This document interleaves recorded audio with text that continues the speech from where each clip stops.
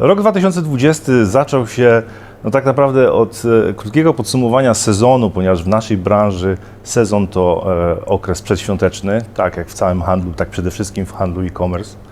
Więc cieszyliśmy się z dużych ilości transakcji na naszej platformie podczas sezonu 2019. Ten sezon zawsze się kończy tak w okolicach połowy stycznia. Wyjątkowo dobrze zniosła to też nasza platforma, która pomimo dużych obciążeń działała najstabilniej, biorąc pod uwagę historię minione lata. I to było fajne.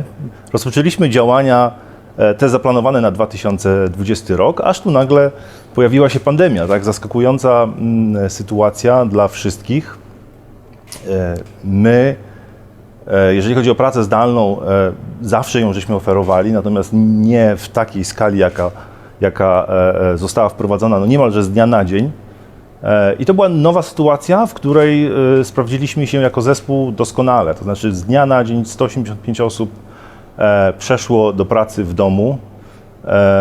Nasi klienci, rynek tego nie odczuł w ogóle, za co też słyszeliśmy wielokrotne pochwały od klientów, bo z kolei dla rynku to była też trudna sytuacja. Dużo się działo w marcu, zamykane strefy w Austrii, we Włoszech.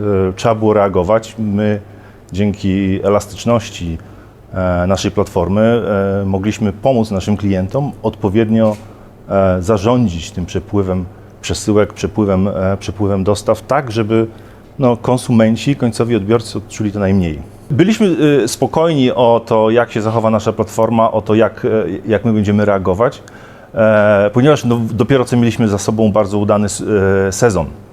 Natomiast ciekawe było to, że tak jak te rekordowe ilości transakcji były w 2019 dla nas, tak te rekordowe ilości pojawiły się już w marcu i tak naprawdę święta Bożego Narodzenia dla nas zaczęły się w marcu i trwają do dnia dzisiejszego. Nie było takiej sytuacji, która by nas zszokowała. Potrafimy zareagować szybko i to jest ważne dla naszych klientów. My z naszą usługą tak naprawdę jesteśmy obecni w świecie e-commerce już począwszy od tego, kiedy konsument przy zamykaniu koszyku zaczyna wybierać opcje dostawy, tak? I jakie dostawy są możliwe, to jest sterowane przy pomocy naszych systemów, więc tu ważne jest, żeby móc odpowiedzieć na ten duży wolumen, który się pojawił, ponieważ cała branża e-commerce, myślę, cieszy się z tego, że tak naprawdę ten duży krok, jeżeli chodzi o rozwój sprzedaży przez internet, się zadział. Mnóstwo ludzi mówi o tym, że wcześniej nie korzystało z zakupów przez internet albo korzystało bardzo rzadko, natomiast zmuszeni tą sytuacją musieli się na to zdecydować i zdecydowana większość mówi, że już od tego nie odejdzie. Także to jest, myślę, rok, w którym dla e-commerce został pokonany taki duży krok, jeżeli chodzi o rozwój. Dzięki temu przede wszystkim, że tak naprawdę to przejście na zdalną pracę nie wpłynęło w żaden sposób na tempo dostarczania zmian w naszej platformie, na rozwój platformy, więc w tym obszarze to się udało. Mieliśmy trochę obawy, że może w obszarze rekrutacji będzie trudniej, ponieważ to jest na ogół taka niespodzianka może powodować, że tak powiem, zamrożenie ruchu, jeżeli chodzi o tutaj zatrudnienia.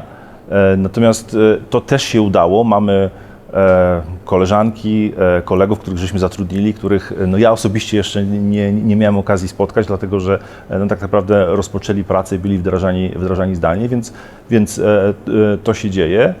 No i jeżeli chodzi o wolumen obrotów, to jest tak, że to przekroczyło naturalnie nasze plany i założenia, więc można się tylko z tego cieszyć.